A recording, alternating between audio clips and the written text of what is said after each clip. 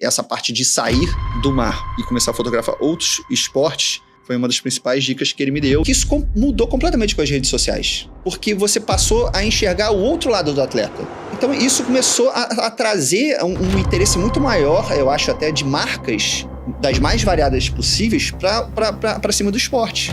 Mas a marca não está nem um pouco preocupado se ela é a primeira do ranking, ou ela é campeã mundial, ou seja o que for. Eles estão mais preocupados qual é a relevância desse atleta no ambiente dele. Eu soube que você também já pegou onda, assim, já foi acompanhar surfistas de grande onda, de ondas gigantes, lá em Nazaré. Então, normalmente, a galera quando sai da onda, ou sai pulando, enfim, ou sai meio que ejetada da onda. E quando ele pulou, ficou literalmente assim na mesma linha, né? A prancha em pé, e ele em pé, ele comemorando. Cara, aquilo foi um momento único, assim.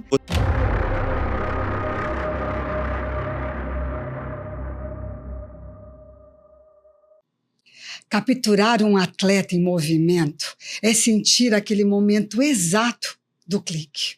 Hoje, aqui no Pod Esporte, com vocês, Mário Nardi, o fotógrafo das grandes estrelas, dos atletas de alta performance. Mário, que honra ter você aqui. Muito obrigada por você ter aceitado o nosso convite. Não, eu que fico honrado pelo convite. Foi muito, muito legal da sua parte. Vai ser maravilhoso aqui o nosso encontro. Eu quero saber tudo que envolve a fotografia, né? Que é uma coisa tão importante hoje, é um momento que você vê através da sua lente, que você relata aquele momento através de uma imagem. Como que é isso, Mário? Me conta em que momento, se você já teve algum momento que você fotografou algo que realmente te tocou profundamente. Eu comecei, de uma certa forma, tardia na fotografia, né? Eu comecei há 7 anos atrás.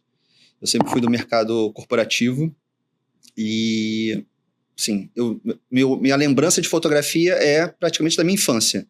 De ganhar uma primeira câmera, assim, dos meus pais, mas isso não seguiu na minha vida. De uma forma geral, o audiovisual não seguiu na minha vida. Mas depois, né, 7 anos atrás, isso entrou com uma curiosidade e ficou. E foi um link muito grande com o esporte de cara, porque assim, eu mal comecei na fotografia, eu já comecei na fotografia aquática.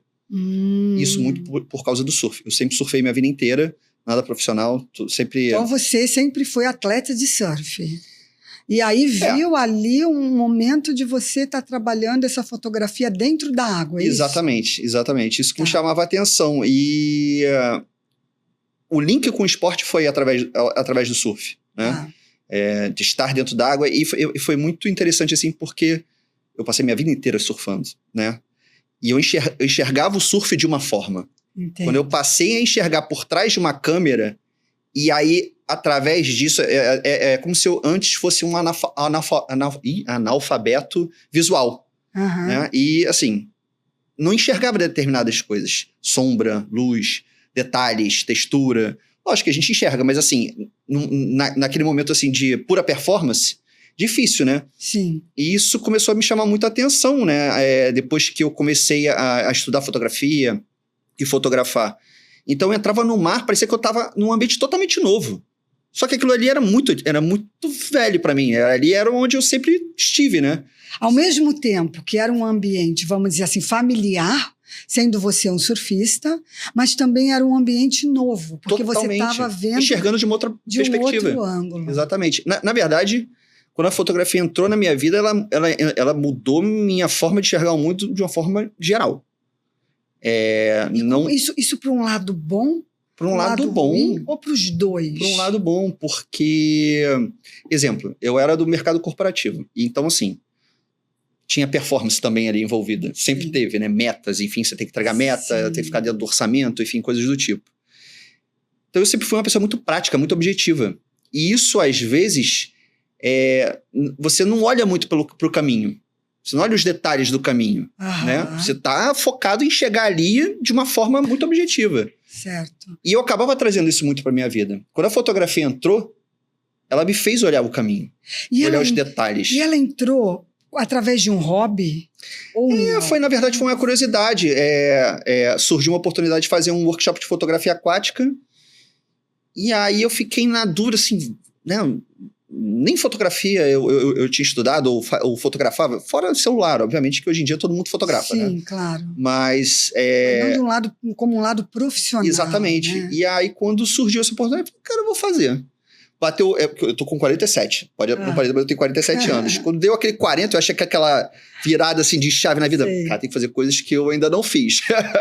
E aí eu sempre fui uma pessoa curiosa e isso surgiu no momento propício, eu falei, vou fazer esse curso. E dali eu comecei a fotografar. E assim, eu achava que eu nunca ia conflitar nos meus horários de lazer o surf com qualquer outra coisa. Surf era sempre o primeiro lugar. Sempre em primeiro lugar. Primeiro, de tudo. Tá. E aí eu tava me pegando, indo pro mar sem prancha, só com uma câmera. Eu falei, gente, isso aqui tá especial. Tem alguma coisa errada aqui nesse processo. Tem alguma coisa errada, alguma coisa certa que tá errada nesse processo aqui.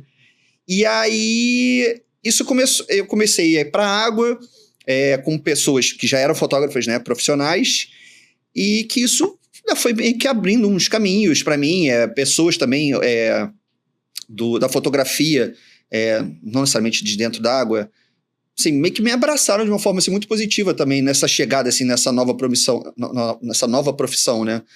Então, isso foi muito positivo para mim também, assim, me ajudou muito a entender rápido a fotografia. Uhum. Lógico que tem muita coisa ainda para aprender, mas assim, entender rápido e pular alguns steps, entendeu? Entendo.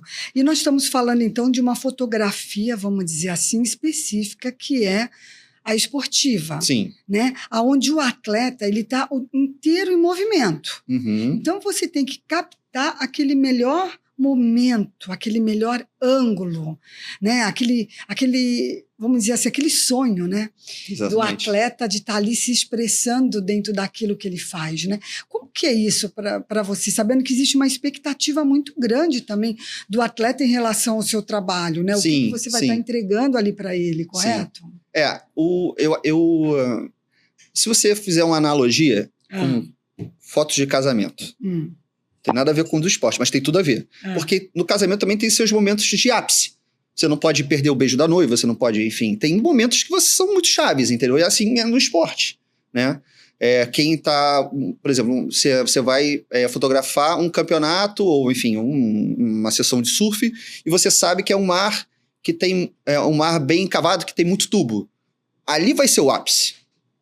Ali vai ser o ápice, entendeu? Quando o surfista entrar dentro do tubo, ali provavelmente vai ser o ápice do momento. Então você tem que estar atento, entender. Então você tem que estar bem posicionado. Bem posicionado, você tem que entender minimamente do esporte. Todo esporte que eu fotografo, independente se é completamente novo para mim, eu bato um papo antes com as pessoas que eu vou fotografar, eu tento entender como são os movimentos, o que é interessante, porque não adianta, por exemplo, normalmente eu fotografo pessoas, né, de alta performance. Esse cara tem a mecânica de movimentação muito polida, digamos. Sim. Então, assim, não adianta eu achar, isso aqui é esteticamente lindo, né? Plasticamente lindo, mas se o movimento não estiver correto. Então, eu tenho que fazer esse meio de campo entre o que eu penso de estética, né, e de plasticidade com o que, de fato, é na visão do atleta. Porque não adianta nada eu tirar uma foto excelente que eu vou achar maravilhosa e o atleta... Esse movimento estava completamente errado. Não estava bom. Então, você ter esse estudo prévio, né? Se for um esporte completamente novo, é importante para você entender o momento ali que você vai estar fotografando, seja surf, ou seja vôlei, seja o que for. Quais são as modalidades que você já fotografou? Surf, kitesurf, foil, né? Que é uma variação de esporte de vento também. Natação, salto ornamental...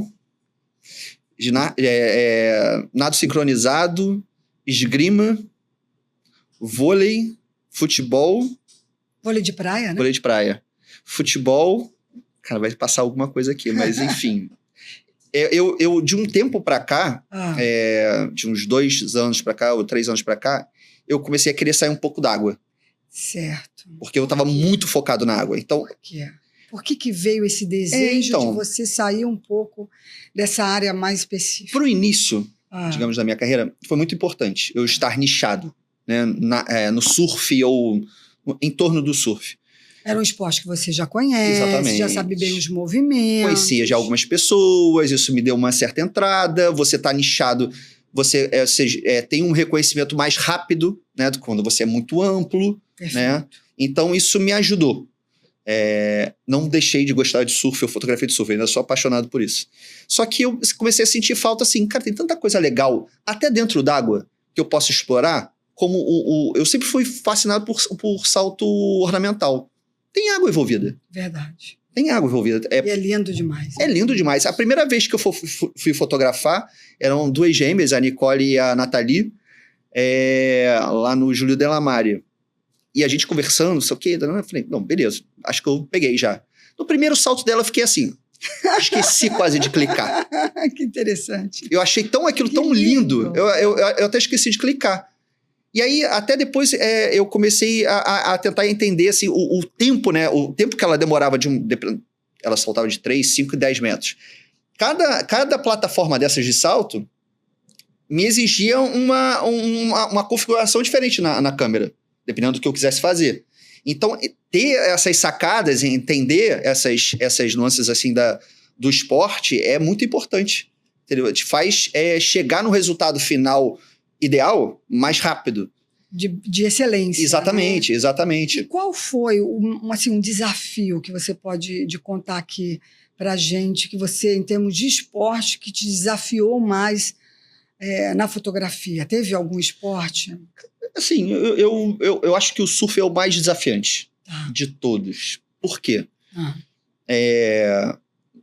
Todos esses outros que eu fotografei, você tinha variáveis que eram relativamente controláveis. Dentro d'água, você tem gente surfando, que você tem que ficar atento. Você tem correnteza, você tem a onda em si, né? Porque, enfim, dependendo de onde você se posicionar, você pode passar um aperto. O limite ali de se colocar numa situação de risco em relação à pessoa que você está fotografando, de você querer aquele clique mais naquele momento crítico, só que às vezes você pode se colocar em risco. Sim, eu posso estar debaixo da pessoa, a pessoa aterrissar de um aéreo em cima de mim, ou sei lá, algo do tipo.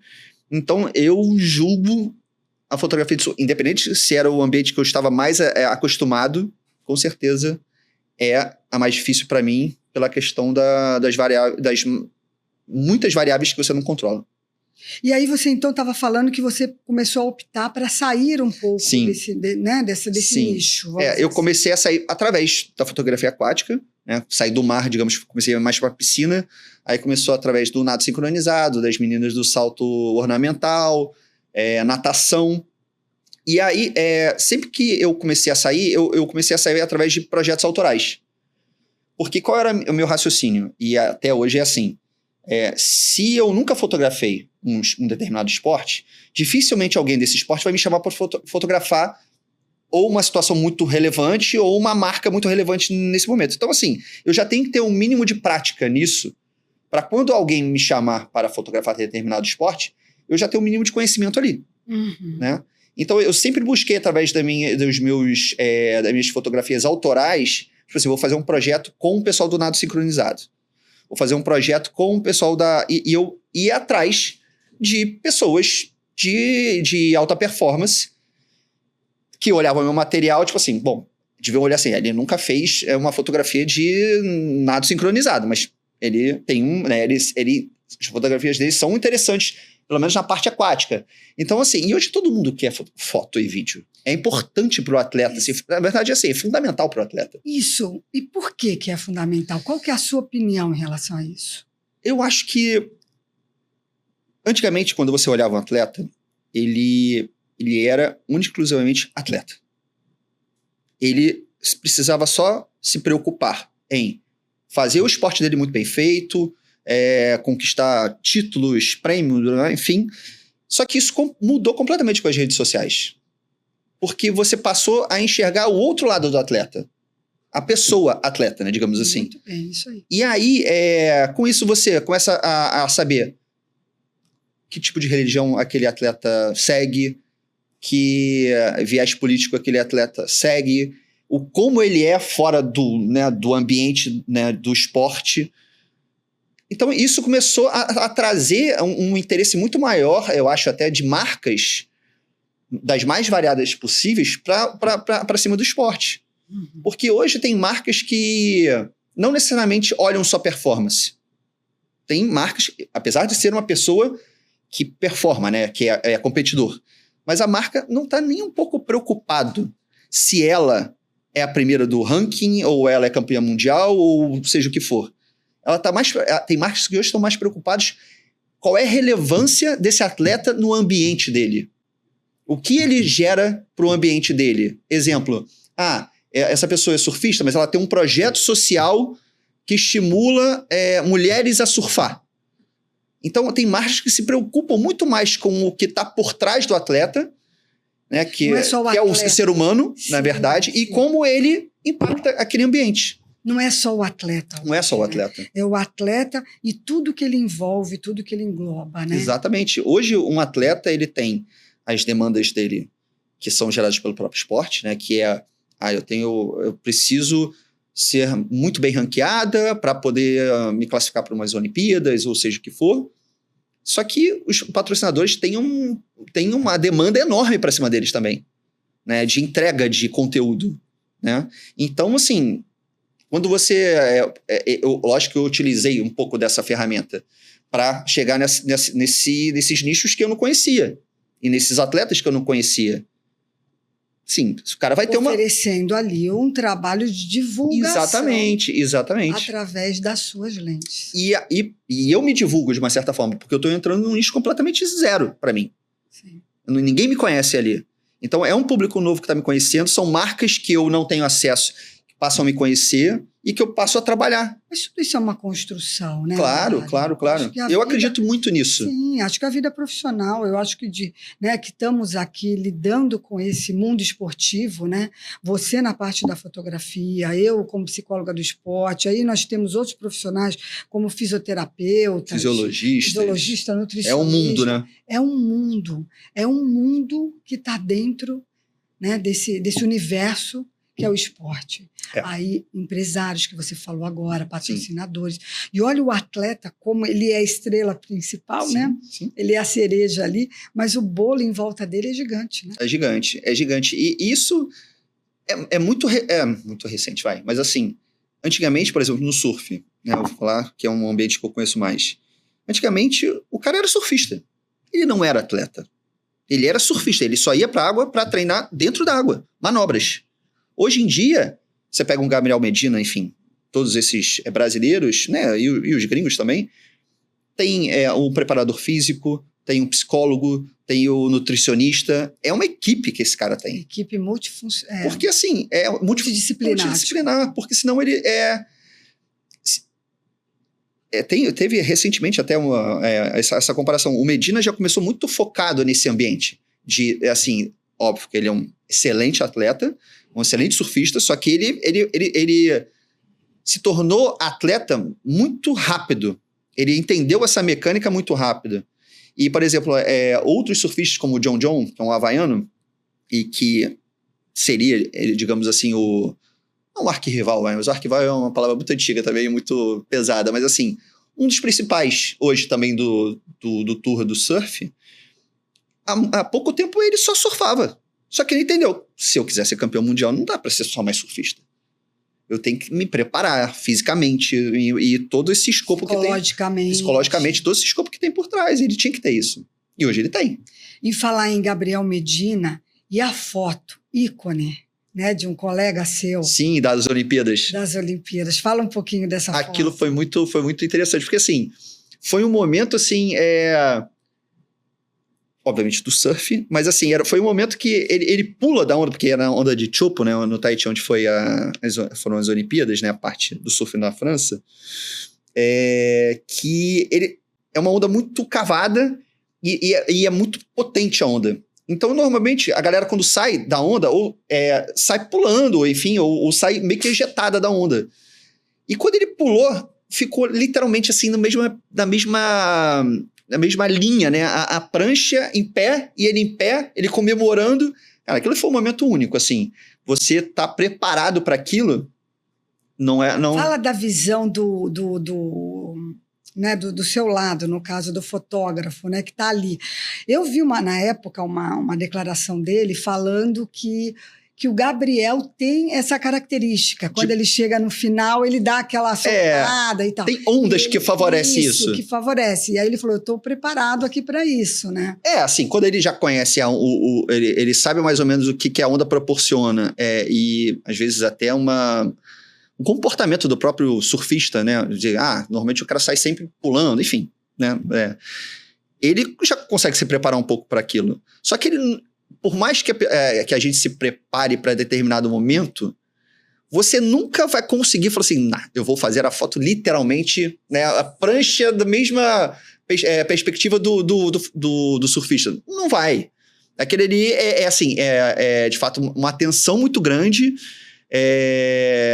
um conhecimento provavelmente ali da situação e um olhar extremamente atento. Você já teve alguma fotografia que você tirou na qual você mesmo olhou e falou assim, meu Deus, peguei esse momento, consegui... Já tiveram algumas fotografias, assim, que eu tava tão focada, assim... Não, assim, de atleta, assim, não foi nem atleta conhecido, assim, não, enfim, de alta performance, mas, assim, momentos que eu tava focado, assim, no atleta e na manobra que eu percebi que ele ia fazer, e, de repente, tem uma gaivota no meio ali, tipo, compondo ali o quadro, assim, perfeitamente. Eu falei, gente, eu nem tava vendo essa gaivota. Ela apareceu ali naquele momento, entendeu? Então, assim, essas composições, assim, que a gente às vezes não espera, tem horas que é proposital, tem horas que não, né? Mas, assim, isso é muito interessante da fotografia também. Sem dúvida. E teve algum atleta que quando viu uma foto sua, assim, falou, meu Deus, nem eu me enxergava como você me enxergou. Sabe, que nem você mesmo falou, aquele momento tão perfeito, né, que a pessoa olha e fala assim, meu Deus, que foto maravilhosa, que incrível. Assim, de não se enxergar como eu enxerguei, exatamente essa fala não, mas assim, assim, ficar impactada com o movimento dela, entendeu? Assim, tipo, o ângulo que foi captado, enfim, de ficar muito impactado. Nossa, assim, é uma outra visão que eles normalmente não têm, né? Então, aquilo às vezes dá uma potência, a foto dá uma potência, dependendo do ângulo que você pegar, principalmente quando você pega de baixo para cima, você já está dando uma potência para o que está em cima, né, normalmente. São ângulos assim, por exemplo, você vai tirar uma foto, tem uma foto muito clássica acho que foi do primeiro mandato do Trump, que o fotógrafo que tirou a foto, tirou uma foto mais angulada, assim, de baixo para cima, então aquilo já dá uma potência para a pessoa que está sendo fotografada, né, para o objeto que está sendo fotografado. Então, quando você tá... E assim, no salto ornamental, eu fico de baixo, não tem jeito, porque eu não tô junto com eles ali. Então, aquilo já gera uma potência normal, né, que ela não tá acostumada a ver. Ela olha de cima para baixo, normalmente, né? Então, assim, essas cenas, assim, de pessoas ficarem impactadas com a minha fotografia, assim, são normalmente ângulos de visão que eles normalmente não têm, né? Sem dúvida. E aí nós estamos falando de ângulo, de maquinário também, né, Mário? E esses maquinários que estão chegando novos agora, por exemplo, o drone, a própria inteligência artificial, como que é isso dentro da fotografia? O drone foi bem disruptivo. Porque se você pensar, sei lá, 15 anos atrás, para você fazer uma imagem aérea, você tinha que alugar um helicóptero, enfim, era uma missão praticamente para você fazer uma imagem aérea. E hoje em dia, você faz com qualquer drone, você consegue fazer uma imagem assim, qualquer não, mas enfim. Na grande maioria, você faz uma imagem muito... tem uma perspectiva muito diferente de lugares, assim. Então, o drone, de fato, ele acho que foi uma revolução quando surgiu para o audiovisual de uma forma geral, porque você consegue situar com mais facilidade onde aquele contexto, né, no qual está sendo o contexto central, seja você fotografando uma praia, mas quando você levanta com um drone, você faz uma imagem aérea, você dá uma dimensão muito maior do que o que é aquilo, né, onde está acontecendo aquilo. Então veio agregar, né? Exato, não, com certeza. Ele dificilmente ele vai ser a peça principal. São diferentes, não é isso? São propostas diferentes. Sim, né? sim, são propostas diferentes. Sim, lógico que você pode fazer um take único de drone e ficar uma coisa impressionante. Tenho amigos que hoje são excelentes pilotos de drone que fazem, sim, se colocam em situações no surf que quase que tá colado junto com o surfista. É uma proximidade tão grande e um risco tão grande que tá botando o equipamento o tempo todo que você fala assim, gente, que agonia. Que eu mesmo, né, que sou do audiovisual, fico às vezes agoniado. Falei, gente, não é possível. Como é que não cai um drone desse, né? Assim, um momento tão crítico que ele tá acompanhando o surfista. Você acha que ele pode atrapalhar o surfista naquele momento? Até pode, né? Se você se colocar em uma situação crítica, você tá sempre se colocando num risco de poder atrapalhar. Mas são muito raros os casos. São muito raros os casos. Entendeu? Mas, assim, você tem que ter essa noção também, né? Do teu espaço geográfico. Assim, cara, eu posso ir até aqui. Depois daqui... Eu estou te falando porque agora no Rio Open teve uma situação onde o jogador, né? Ele pediu para parar o jogo porque tinha um drone na quadra e estava atrapalhando. Sabe? Estava ali perturbando e tal. Tem até... né, apareceu aí na internet e tudo mais. Quer dizer, uma situação onde a pessoa que estava com o drone estava ultrapassando, vamos dizer assim, alguns limites, né? Dentro de um... Provavelmente. Ainda mais assim, que a ATP, né, que enfim, é o órgão regulador do tênis, eles são muito rigorosos. Muito rigorosos. Por exemplo, eu tentei... não tive nenhum trabalho no Rio Open, mas eu tentei entrar como imprensa, né, no Rio Open. E... eram raríssimos as vagas independente do veículo de comunicação, se era jornal, enfim, do que fosse, revista, o que fosse. Eram, assim, 4, 5 vagas. Mas entre filmmaker e... Mas sempre foi assim? Ou você acha que esse ano ficou pior? Porque, não sei. Porque eu acredito que esse ano aí, com a promessa, né, com o João Fonseca chegando e trazendo toda essa expectativa, esse brilho todo, né, de volta ao nosso tênis, né? Sim. Não, mas eu acho assim que no tênis tem uma questão de concentração muito grande, tanto que assim, é quase que uma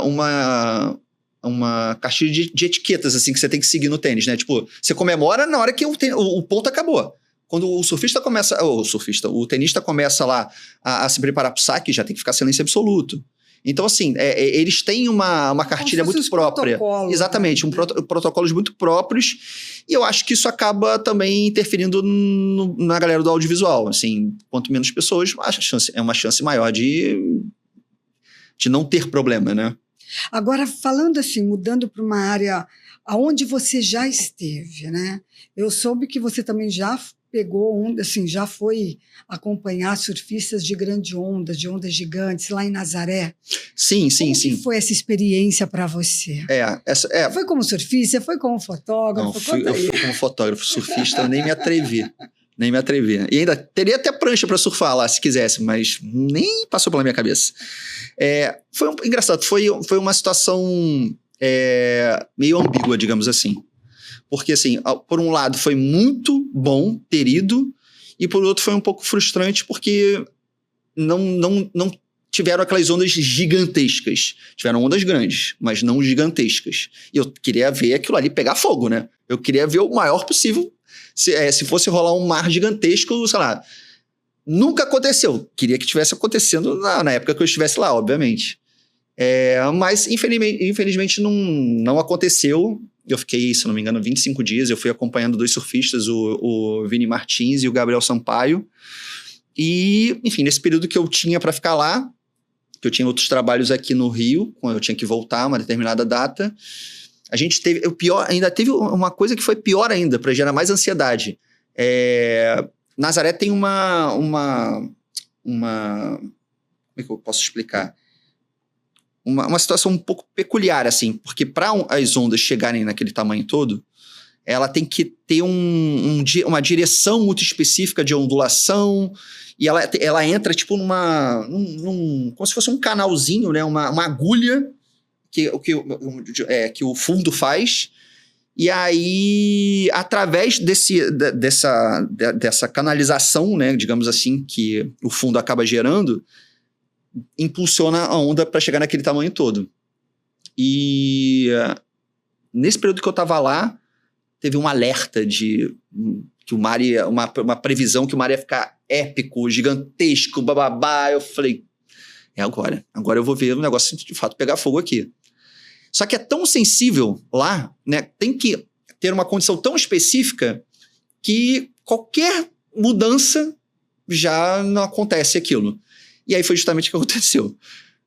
Ficou aquela falação, todo mundo, né, esperando aquele mar, sei o que. Foi há quanto tempo? Foi em que ano? 2021, se eu não me engano. Acho que foi 2021. 2021 ou 2022, mas acho que foi 21. E aí, a frustração, assim, todo mundo enlouquecido, assim, olhando a previsão quase a cada hora. Aí no dia seguinte, né, que ia ser o dia, assim, a gente olhou um dia antes, falando, aí todo mundo já começou, acho que não vai dar esse tamanho todo, não tá com cara. Né, a galera que já conhecia bem lá o pico. E aí no dia seguinte, nada. O mar ficou grande, mas nem um pouco perto do que estava todo mundo esperando. Então, assim, foi muito bom, porque foi uma experiência completamente nova para mim. Eu conheci pessoas que eu jamais poderia ter conhecido. A Maia Gabeira, eu tive a chance de conhecer ela. O Vini Martins, ele, além, né, de surfista, ele pega ondas de sup e de foil. E aí, enfim, não tiveram ondas tão gigantescas e a Maia estava aprendendo a andar de foil e conheci o Vini. A gente foi para um outro lugar completamente diferente, né, ali de Nazaré, mais perto, para fazer foil. Então, assim, mesmo não tendo onda, me gerou assim, muitas coisas interessantes. Conhecer a Maia, estar naquele ambiente, né, respirar aquele ambiente de onda grande. Nazaré eu já conhecia, mas não... Quando eu fui a Portugal e fui a Nazaré, completamente flat, não tinha nada de onda, nada, mas eu não fui para isso na época. Eu aproveitei que eu tava lá e falei, vou conhecer Nazaré. Então, assim, já tinha desde dessa época, assim, eu falei, cara, eu preciso ver Nazaré gigantesco. E não rolava, mas assim, foi...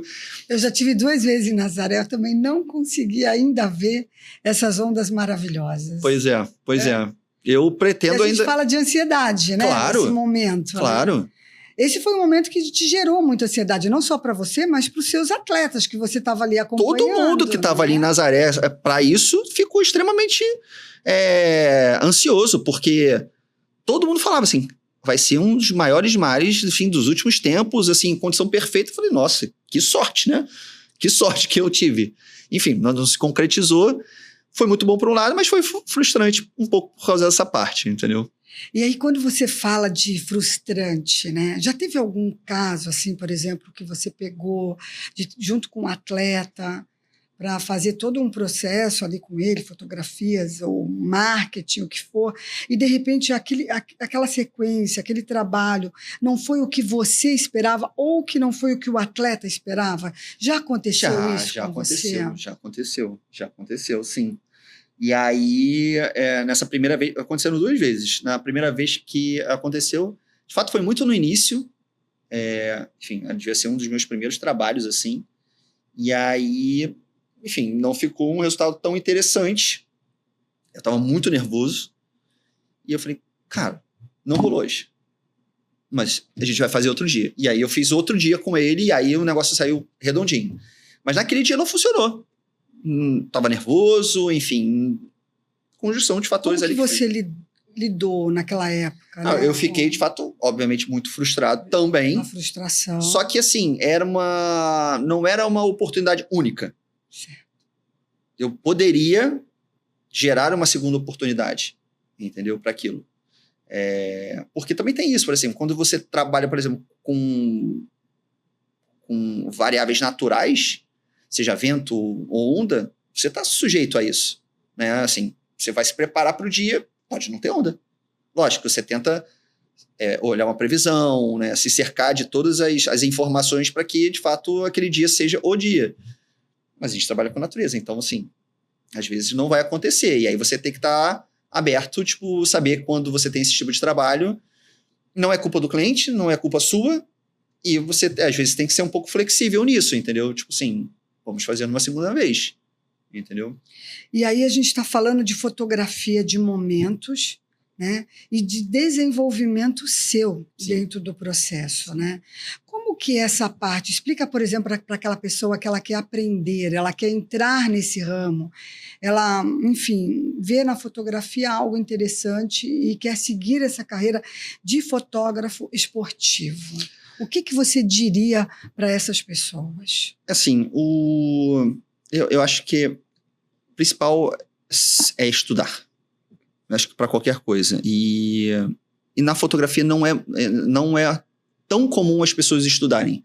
As pessoas acabam sendo meio que autodidatas e a experiência, né, com a prática acaba, enfim, levando pessoas a um patamar muito elevado, às vezes de fotografia ou vídeo, enfim, seja o que for.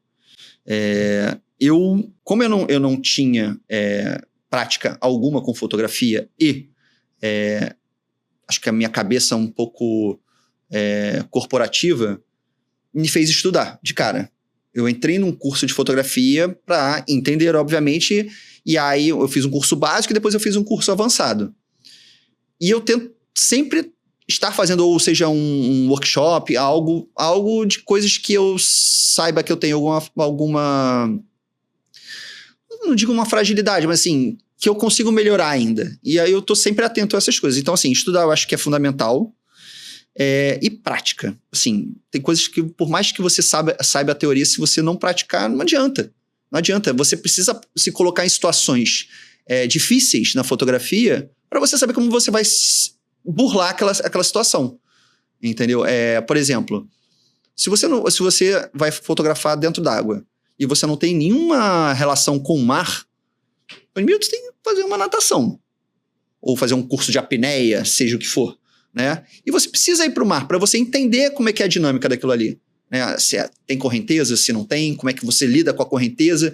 Se tiver correnteza, como é que você vai se posicionar? Como é que você gasta menos energia, mesmo tendo correnteza, para você estar sempre no lugar ideal, né, para você fotografar? Como você se posiciona? O que você quer fazer, né, qual é a sua ideia de fotografia e como você vai se posicionar para conseguir aquele resultado? Então, a prática te leva a isso, né? Então, assim, estudar, praticar e provocar esse ambiente que você quer se inserir. Seja no futebol, cara, vai fotografar um campeonato de futebol, entendeu? E depois dar essas fotos pro time que estiver jogando. A mesma forma desses trabalhos autorais que eu faço. É uma forma de eu ir me inserindo num esporte que eu não conheço, né? Num nicho que eu não conheço, onde tem todo um ecossistema já montado ali de marca, atletas, enfim, campeonatos. Se você, assim, não... Se você não se testar nesses ambientes, e para você se testar nesse ambiente, você tem que, obviamente, começar muito humilde, né? Assim, eu vou dar as fotos para aquele cara, eu vou lá fotografar e vou dar as fotos para eles, entendeu? Obviamente não vai ter nenhuma remuneração nesse momento. Uhum. Eu acredito que quando você vai fazendo isso, esses testes, em algum momento esse ambiente olha para você e fala, tem um olhar interessante aqui, tem algo aqui interessante. E aí você acaba, o ambiente meio que te abraça e traz para dentro, entendeu? E aí você começa de fato a fazer trabalhos com atletas de alto rendimento, para marcas desse segmento. Eu acho que as coisas vão acontecendo muito assim. Então, assim, em resumo, estudar, praticar bastante, se colocar em situações diversas, assim, adversas, digamos, para você testar, de fato, situações de luz diferente, fotografar à noite, fotografar de manhã, enfim. Testar essas variáveis todas e se é esporte que você quer, se você já tem mais ou menos uma noção de direção que você quer dar para sua carreira, já começa a ir se inserindo aos poucos nele. Entendeu? Nossa, muito bacana. Você sabe que você estava falando isso e eu dei uma viajada, assim, entrei na água. Quando você falou, a gente na água, acho que eu entrei junto ali com você, né? E não é só a fotografia, né, naquele momento, não. Porque você tem a água. Você está ali lidando com o seu corpo, quando você falou, poxa, tem que fazer um curso, né? Então, não é só, por exemplo, um futebol. Você está, teoricamente... No ambiente controlável. No ambiente bem controlável. É o que você falou, você está ali parado, né? E tantos outros, como vôlei de praia e tudo mais, né? Você não tem uma exigência física, por exemplo. Dentro d'água você tem. Exato. Que se tiver correnteza, você vai ter que ficar o tempo todo batendo perna dentro d'água para você ficar se posicionando também, você tem que toda hora ficar se deslocando. Sim. Às vezes você pode ter uma cãibra dentro d'água, como é que você sai de uma situação dessa? Enfim, tem uma série de situações que você passa dentro d'água que você não passa em outros ambientes. Você acha que um fotógrafo, por exemplo, desse naipe, né, que fotografa dentro do mar, dentro de um Nazaré, por exemplo, ele é fotógrafo esportivo em qualquer outro ambiente? Ou, por exemplo, um fotógrafo mais especializado, por exemplo, numa condição mais favorável, como um futevôlei, um vôlei de praia, ele tenha mais dificuldade, por exemplo, para inserir num ambiente, por exemplo, do mar? Eu acho que quando você trabalha com um número mais elevado de variáveis que você não controla, isso te dá uma sagacidade maior. Isso te dá mais musculatura, digamos assim. Entendeu? Então te torna um fotógrafo mais esperto, mais atento, enfim, e mais maleável de acordo com a situação que você estiver passando. Como o mar é assim, né, porque você tem vento, tem mar, correnteza, enfim, tem que ficar ligado em uma série de coisas, às vezes, por exemplo, detalhes, às vezes, você está fotografando, só que assim, quando você olha, tem uma poluição visual enorme, assim, na direção que você está apontando a câmera. Só que o mar está em constante movimento, né? Ele está sempre em ondulações. Você, às vezes, tem que esperar o tempo de passar uma ondulação, cobrir a areia, por exemplo, tirar toda aquela poluição visual e ficar só o atleta em evidência. Tem várias sacadas que você, dentro d'água, você passa, que quando, obviamente, você vai para um ambiente muito mais controlado, é mais fácil. Né? Só que, assim, isso não necessariamente vai te tornar um fotógrafo. O cara que fotografa dentro d'água é um melhor fotógrafo em qualquer situação, né? Óbvio que não. Mas que gera uma sagacidade maior, gera. Não, e aí nós também temos falando de surf, né? Nós temos aquele fotógrafo que também fica na areia, não é isso? Sim. É um outro aparelho, é um outro equipamento, é uma outra abordagem, não é isso? Com certeza. E às vezes quando você vai fazer um trabalho para uma marca, ou enfim, até para um atleta mesmo, você tem as duas situações, tem um cara dentro d'água, porque assim, você não vai pegar todas as situações. Se for uma onda, tipo assim, uma onda muito extensa, Praia da Barra ou da Macumba, que a arrebentação é lá embaixo, você não vai conseguir registrar a onda toda do cara. Você vai registrar você vai se posicionar para, cara, aqui tem um momento importante da onda, então eu vou ficar aqui. Ou seja, conhecimento... Exatamente, do local, exatamente, né? Só que assim, o cara pode fazer uma manobra maravilhosa depois que passar por você. Aí o cara da areia pega. Porque o cara da areia, ele tá pegando a onda inteira, entendeu? Ele tem esse privilégio, ou enfim, essa facilidade de fotografar a onda inteira. São cliques diferentes. São lentes diferentes. Totalmente diferente. A câmera é a mesma, né? A câmera em si é a mesma, mas a lente que você tá usando, se você usa uma caixa estanque, né, que é para ir para dentro da água, ou para fora se você tá usando enfim, são equipamentos totalmente diferentes. E aí a gente falando da sua lente, nós estamos falando um pouco da sua identidade. Porque é você se colocando ali para pegar o melhor clique, né? Sim. Existe uma fala dentro da fotografia que, assim, a fotografia fala muito mais de você do que do objeto que está sendo fotografado. Porque é a sua visão. São todas as suas experiências de vida, todos os momentos, os lugares que você já passou, o que te chama a atenção, que, assim, eu lembro de um primeiro exercício que eu fiz num curso de fotografia. Botaram a gente numa sala completamente branca. Eram 6 fotógrafos. E você tinha que fazer 10 fotos. As fotos era a mesma sala, as fotos saíram completamente diferentes. Cada um tem uma visão diferente do mundo. Cada um tem uma visão de realidade diferente, entendeu? Então, isso sai na sua fotografia. Entendeu? É muito mais de fato sobre você do que do objeto que está sendo fotografado. Não, e olha que interessante, né? Por isso que eu acho que tem que ter uma conexão muito, muito forte entre o fotógrafo e o atleta. Sim. Por quê? Porque às vezes, é que nem você falou agora, o atleta, ele tem ali 2 profissionais, 3, eu não sei, mas algum dele vai bater mais forte o sentimento, a conexão do que o outro. Com certeza. Pode acontecer isso, porque um determinado fotógrafo pode estar ali pegando uma identidade, né, tendo uma lente que favoreça o sentimento e a percepção daquele atleta. Sim, e falando de lente, né, especificamente de lente, lente olhar, né? Não, mas a lente também fala muito da forma que você quer contar determinada história. Porque, assim, quando você está fotografando, por exemplo, com uma teleobjetiva, que são essas lentes, né, que você consegue pegar uma distância muito grande, é uma linguagem. Quando você está usando uma lente mais... como é que eu vou dizer? Uma 50mm ou uma lente um pouco bem menor, você precisa de uma proximidade com a pessoa, do objeto que você está fotografando. Isso já é completamente diferente. É muito difícil você colocar uma câmera, né, apontada para uma pessoa e fotografar. Assim, não é uma coisa simples. Né, porque a pessoa, às vezes, não tem essa intimidade com uma câmera. Então, assim, aquilo ali já te gera uma situação completamente diferente. Entendeu? Então, assim, a lente que você usa tem a ver também com a história que você quer contar. Fora o seu olhar, né?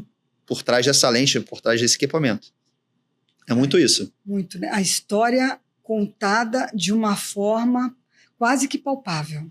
Sim, sim. Né? Podemos dizer isso, né? Sim. Porque é uma história que você tá ali, ó, você vê. Sim. Você vê, revê, relembra.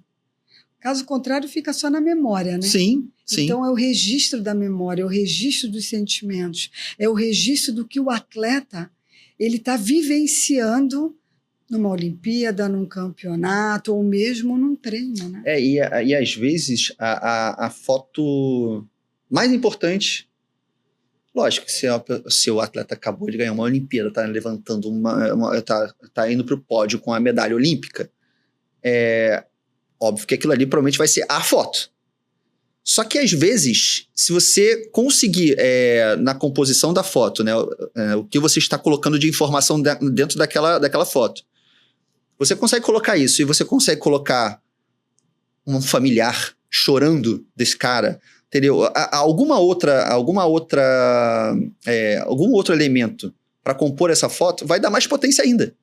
Então, assim... a história vai ser mais contada. Com certeza, com certeza. Com certeza.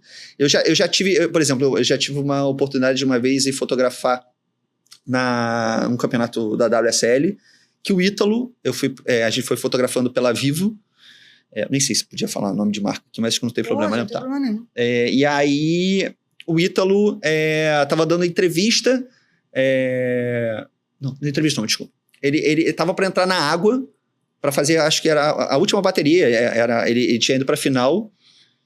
E aí ele falou alguma coisa, estava dando uma entrevista, não lembro para que canal, enfim, para o que era, e ele falou do pai dele. E o pai dele estava perto dele na hora. O pai dele começou a chorar. Então, assim, e aí eu fiz a foto do pai dele. Eu meio que esqueci dele e fiz a foto do pai dele chorando.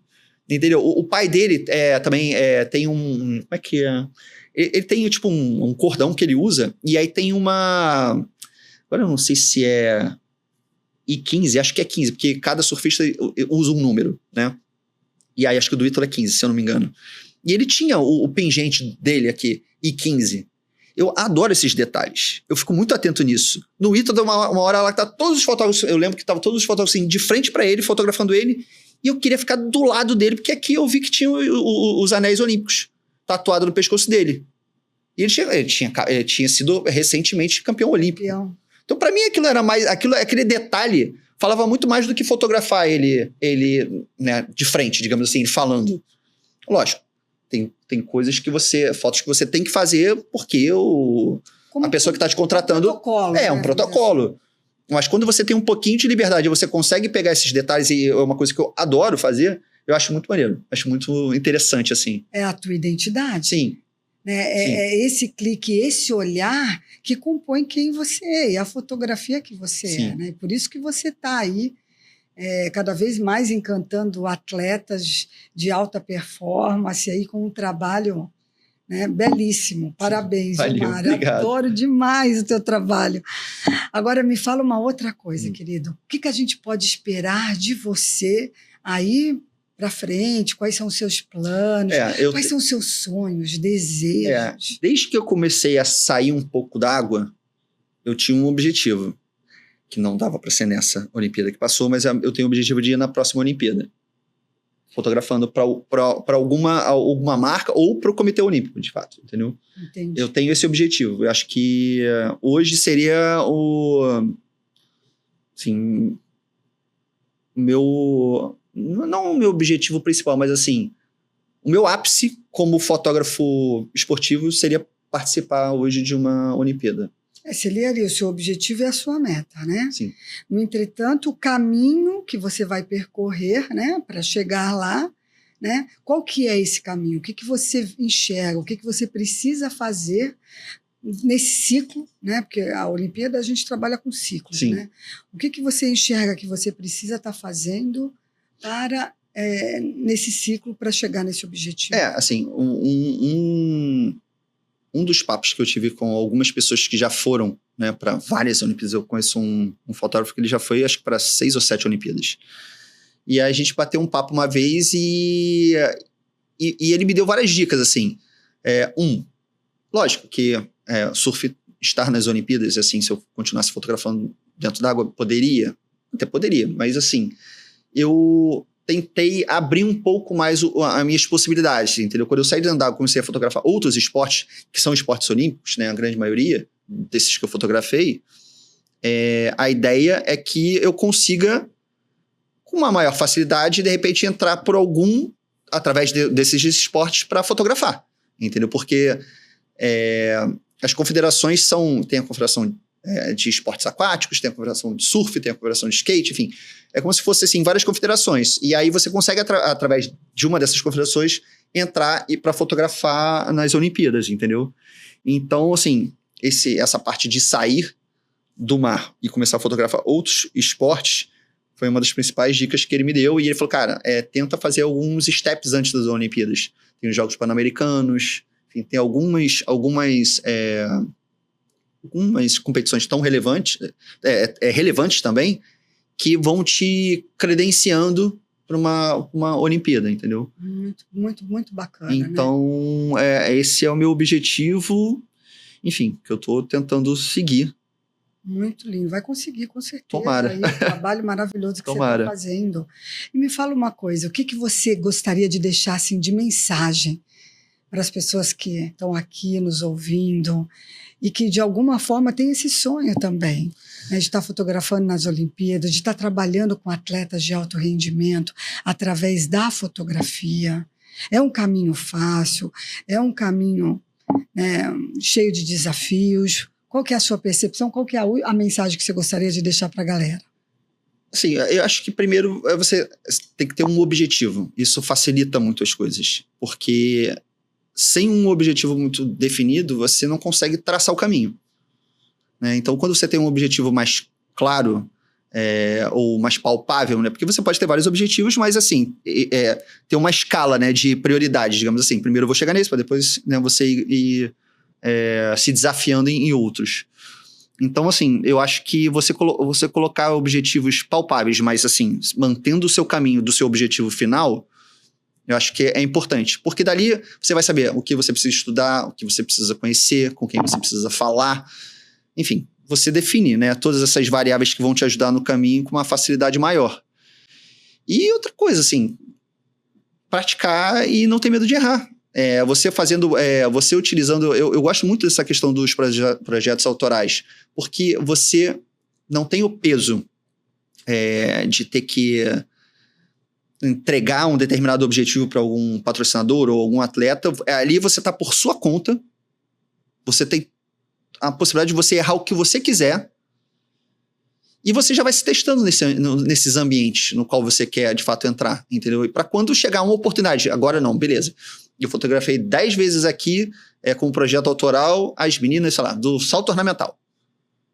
A hora que chegar uma Speedo da vida, uma marca, né, relevante, queremos te contratar para fotografar uma campeã olímpica. Você já vai estar muito mais confiante daquilo, né? Se aquilo é teu objetivo, um dos seus objetivos, né? Sim. Então, assim, esse se testar em ambientes diferentes, se colocar... sem a pressão de ter que acertar ou, né, enfim, entregar algo muito definido, eu acho que isso é muito, muito bom para te ajudar nesse caminho. entendeu? Nossa, muito, muito interessante. Agora, deixa aí para a turma a sua rede social, aonde que as pessoas te acham, de que forma. Conta aí para todo mundo. Bom, o Instagram é Mário Nardi, é bem simples, acho que eu não achei nunca um Mário Nardi ali, diferente, então não tem erro. E também tem o site... Nardi com Y. Nardi, né? Com Y, exatamente, bom ponto.